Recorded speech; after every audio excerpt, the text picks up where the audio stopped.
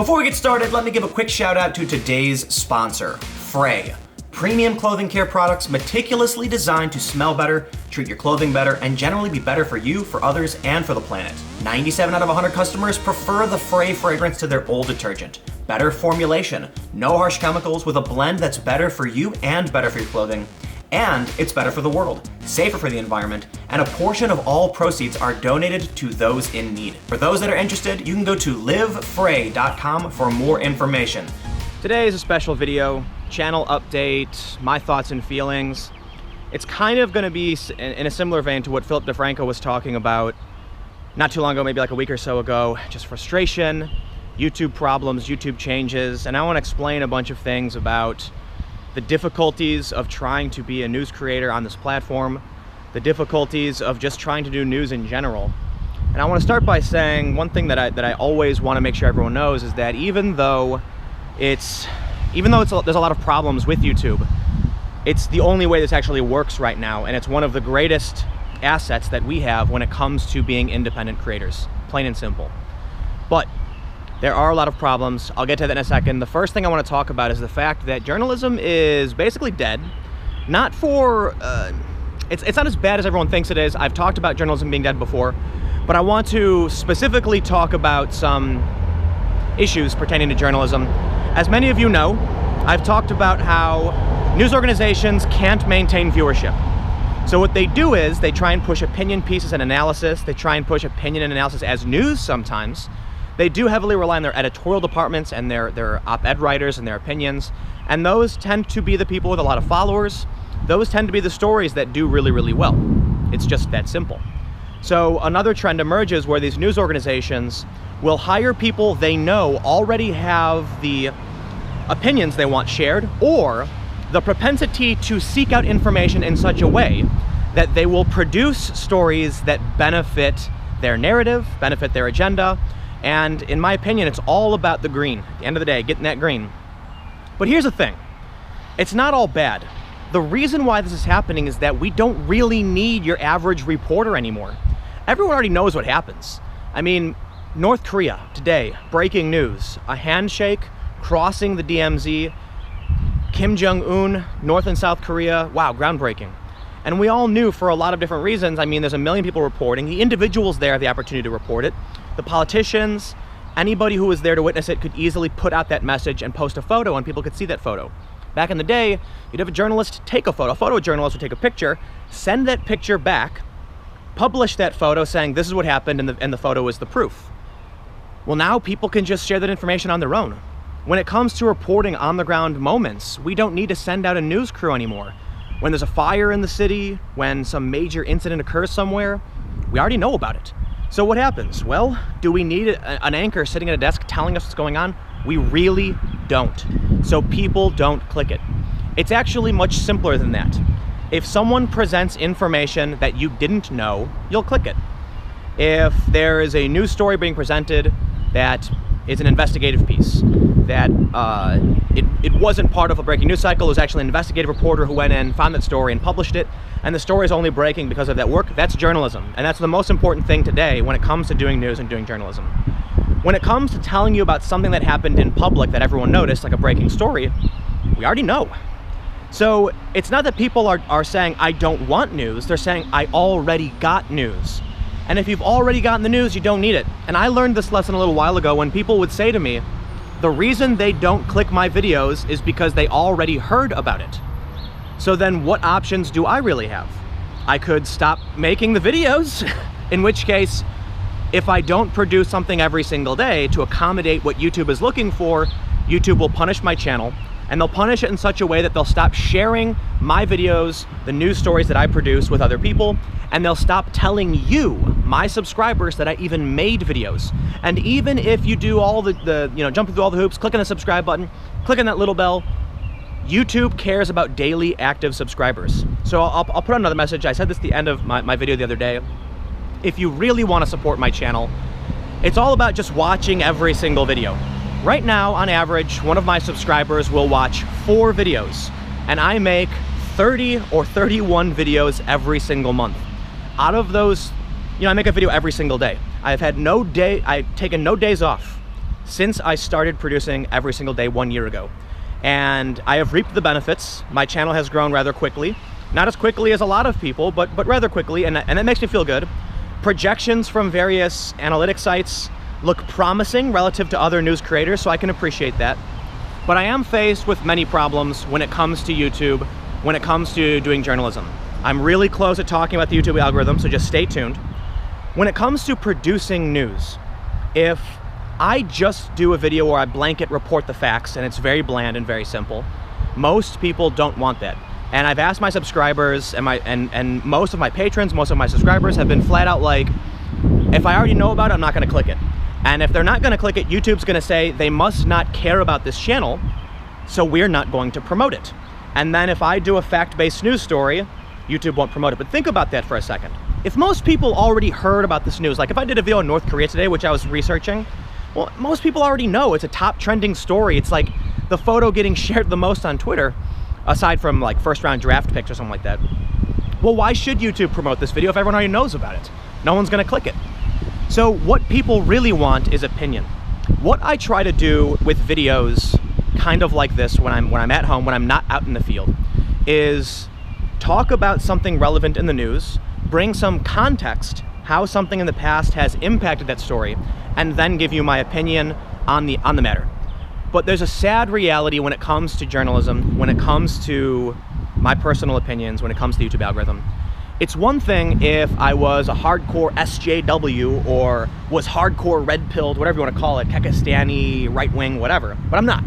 I'm kind of just a middle-of-the-road person I'm doing my best to try and just better understand the world and find my truth.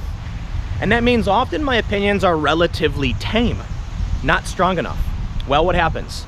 A lot of my subscribers, a lot of the comments I get, 'cause I do read the comments, talk about how they really appreciate that I try to balance both sides. I try to really be rational about it. I try to give the benefit of the doubt to everybody. And that works for a lot of people because they're looking for an opinion contrary to their own. But it's a special kind of person, okay? You can take this as a compliment. Those that watch my channel, the people I meet on the streets, the people that comment, who message me, I've realized that they're all relatively smarter than the average person. And I'm not saying that to say that people are stupid or anything. And I'm not trying to like, pander to my subscribers right now. But there's a certain kind of person that is willing to hear a moderate, rational, or contrarian opinion to their own. Most people want to have their biases confirmed to them, in which case they're going to watch right-wing or left-wing channels. And I look at these very right and very left channels and see them exploding in subscribers outside of collaboration, right? So I've been fortunate enough that there have been creators who are, I would say, are very smart people who are like, wow, Tim, you're trying to be honest and you're doing a good job, and intellectual honesty is what we really need. Let me highlight your work. When it comes to journalism, there's so much intellectual dishonesty that a lot of people were like, I appreciate that you don't sugarcoat the truth, that you'll just try and be rational, and sometimes you get flack for it. So I do that. Because of those collaborations, I have been gifted with quick growth, relatively quick growth. But when it comes to actually getting recommended on YouTube, it's actually not that great. Because when going through my numbers and looking at some other YouTube creators, opinion people, I can see the recommendations are more than double mine. And what's really driving my channel is, well, to a certain extent, over the past few months, it's been much slower than it was in 2017. But it is recommended. It is recommendation. So I'm trying to figure out, okay, what do I need to do to get recommended so that YouTube says, this is good content, we need to share this. And this is where I connect the YouTube algorithm to the death of journalism. Journalism doesn't work because, as I mentioned already, people already know. In which case, they want to hear an opinion that makes them feel that they are correct, all right? Everybody wants to justify their actions. They want to feel like being mean, being aggressive is okay when they do it. You've got people on the far left who justify to no end their right to use violence against other people because apparently they're fighting for violence. The famous CNN headline was Antifa, what does it say? Antifa seeks peace through violence, or some other ridiculous statement like that. But then you have people who watch the more right-wing channels because they want that emotional release of feeling like they are correct to condescend, to, essentially insult and attack the left, the libtard, and things like that.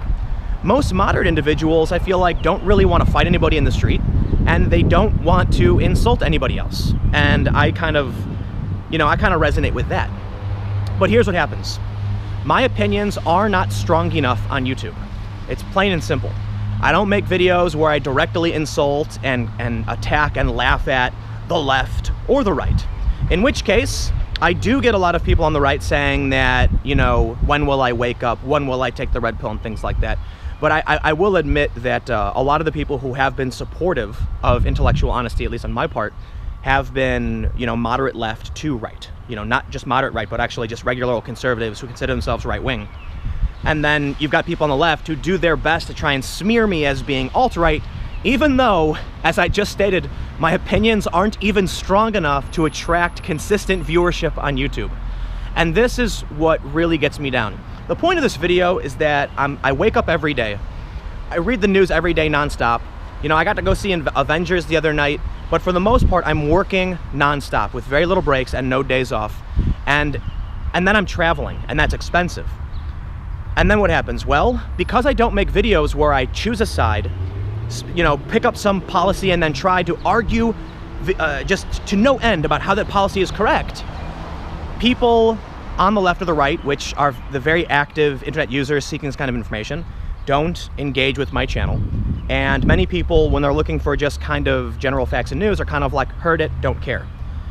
People really like to hear that emotional attack. It's and the reason for it is, be it actually physical violence or an emotional attack on someone, like insulting them or condescending, it gives people an emotional release, right? So the anti-fascists just hate the right, and I don't even mean the far right. I mean they literally hate anybody who's left moderate all the way to the far right. They hate it, like it's everybody there. I should say they don't hate, but to an extent, yeah, they do.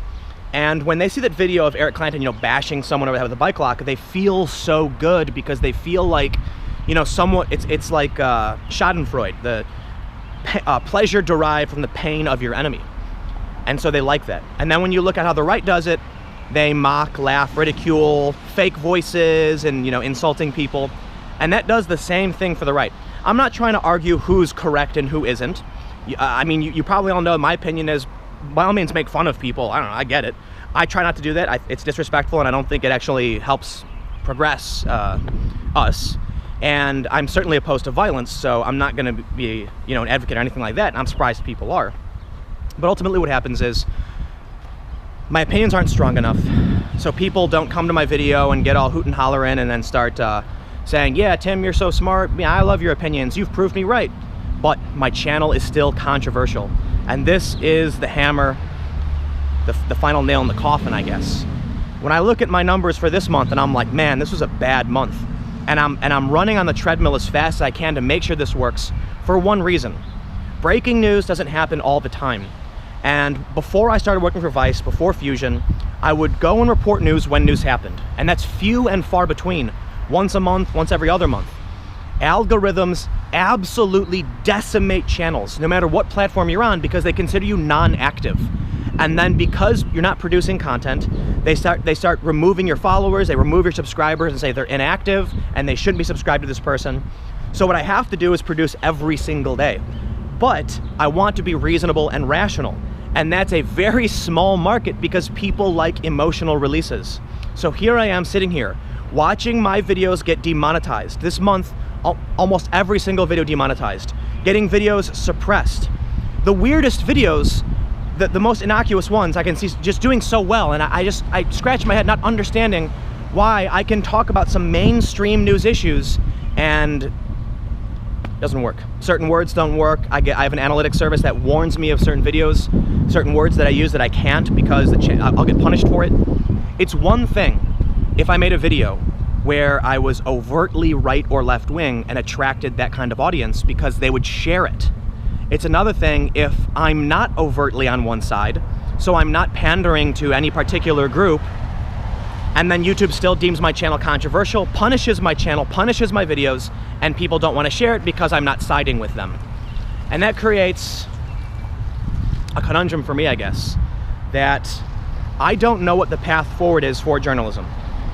I don't want to act like I'm not doing well in terms of resources. I mean, demonetization has hit me really, really hard. I've used strategic ad placement on my channels to normalize it. So even when I get demonetized, I still make a little bit of money, albeit it's kind of negligible for the most part. Super chats and live streams, I'm gonna start doing much more of those, because when you guys support me through super chat, that is immensely beneficial to me and my channel.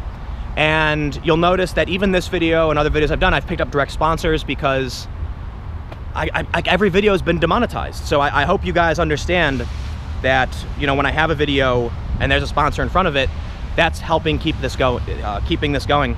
And I also want to do just another real quick kind of funny shout out for the beginning of this video, because I started this video with Frey, which is a laundry detergent, and I've had a bunch of my friends kind of laugh and ask me about, you know, having a laundry detergent company sponsor a news channel, and I'm like, no, you got to understand, this is like the greatest thing ever.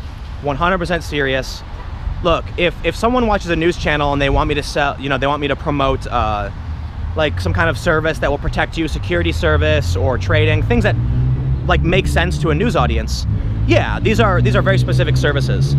Laundry detergent is so utterly mainstream and normal, and YouTube wants to keep saying advertisers don't want to be associated with your content. Too bad, you get no ads, we take away your money. Advertisers don't want to be associated with your content, so it's bad for us to promote it, and we're going to suppress your views so that no one can see it. And then people messaging me saying, hey, I didn't even know you made this video. As I mentioned earlier, my subscribers only watch on average 4 videos per month, which is surprising to me. You know, obviously you guys don't have to watch my videos, but I certainly have to figure out what I can do to make sure my content is something that you guys want to watch every single day, and not just, you know, 4 times per month, once a week basically. And I've got to figure out how to, I don't know, I guess make content that skirts the controversial words and tags. But the main point of what I'm trying to say is, when a laundry detergent company is like, hey man, your channel's really cool, can we sponsor you? I'm like, in your face, YouTube, because this kind of proves them wrong. Normal companies do want to be associated with this. I've had sponsors from Blinkist. It's just books. It's books. You can read a book. That's totally normal and mainstream. Launch trend, totally normal and mainstream. And that says to me that the problem isn't me, the problem is YouTube. I don't necessarily blame them. They got a massive platform, and they got to figure out what they're doing with it. But the point of all of this, because I've been going on for now nearly 17 minutes, is to just kind of mention how news won, okay? Journalism won. It's done. Technology has brought us to the point where we almost know instantly if something important happened in some place. We need journalism today to do investigations. However, because of the YouTube system, if I want to be a YouTube creator, I have to produce every single day, which means doing investigations, like flying somewhere, interviewing people, and then maybe digging up nothing, almost impossible. Absolutely, well, not absolutely, but just almost impossible. If I fly somewhere, I have to make sure that I spend several hours in the morning producing a video so that YouTube says, okay, he's active. But that takes up so much time that I end up doing double shifts day after day, trying to find stories that I want to investigate, and often you dig up nothing. I'll set up my computer for 18 hours, dig up nothing, and that's the job. And if I don't produce every single day, if I dedicate my time to doing an investigation, it won't matter. Because ultimately what will end up happening is I will do that investigation, I will publish that video, and no one will see it. And that's happened.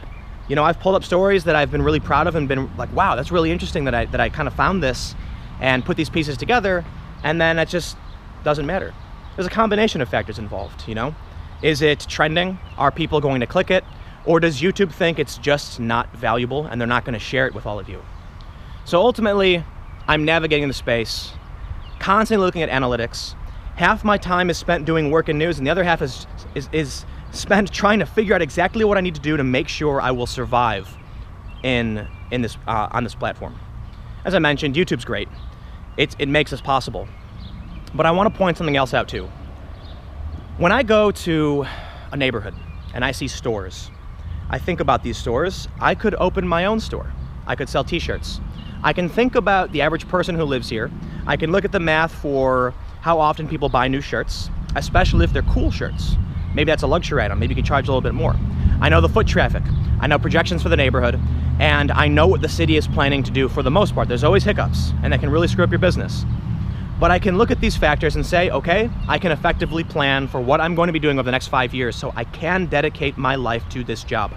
YouTube doesn't tell us what they change. So even if I look at the algorithm today, and even with everything I've said right now, it could change tomorrow like that. And then I'd have no idea how to project for the future. I would have no idea what to make. I would have no idea what my videos need to look like.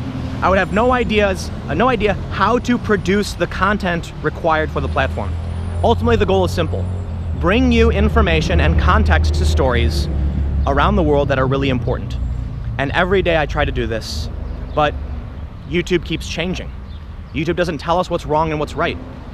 Combine that with the fact that most people have a direct line to your basic levels of information, and combine that with the fact that humans want to hear their own opinions, and it makes it extremely difficult to produce an intellectually honest news channel, because opinion wins at the end of the day. And I look at these people who have gained hundreds of thousands of subs in a few months, and I'm like, I know exactly how they did it. I know exactly how to do it. I used to work in events and marketing for nonprofits, but I will not do it. And that means one thing for me. If I am not willing to do what it takes to make my channel huge, and that is to be intellectually dishonest, or to just be wrong a lot of the times, or to be mean, that means that I'm always going to be several steps behind everyone else. It means that over the past year, my ranking on YouTube has dropped several thousand points. Even though my channel is growing, I can't compete with the growth of other creators. And ultimately, where that will leave me is that as the treadmill on YouTube speeds up, as people surpass me in growth, and as more and more people subscribe to more and more channels, and YouTube becomes so saturated that no one can find anything, my channel will not succeed. And that's where I'm at. So I'm not gonna stop. I'm gonna keep doing the work. I'll try and figure it out. But I needed to make a video today with a channel update, explaining a lot of the issues and explaining how I felt, because sometimes you just gotta vent. And it is really nice to have, you know, everybody who subscribed listen to what I have to say and understand what I'm doing and why I'm doing it. So I appreciate all of you. And I would say this, you can always follow me on Twitter, because I do my best to be active there. Winter is just now going away. You know, it's still kind of dreary out, but we're entering a point where things are probably gonna start picking back up. And then depending on what happens in the news, I'll do my best to be there. So to everybody who supports me on Patreon, everybody who supports me on Minds or on my, my website, timcast.com/donate, you have my eternal gratitude. To everybody else who watches dedicated but maybe can't support me, you also have my support. Because keep in mind, even if all you do is watch a video, that allows me to get an ad view, which is sponsorship. Simply by watching my channel, you allow me to do the work that I do, so it's reciprocal. Thank you for watching, because your watching helps me do my job. And for everyone else, I mean, just thank you for the support. So I guess the only thing that I would ask is that if you really do like my channel, but you can't support me in any other way, just watch my videos like you already do. Maybe I'll be able to get that average up. Like I said, people watch about 1 video per week out of the 30 videos I make.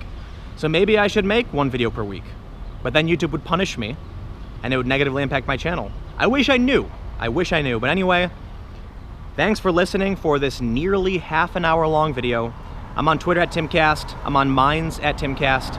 Patreon.com/Timcast. Special thank you to my sponsors, Frey, because laundry detergent is just so damn mainstream and normal and necessary that anybody who is willing to support my channel with a, you know, for them to support my channel and just be such a normal, everyday thing, it just shows that this is important. This is normal. I am not an outlier.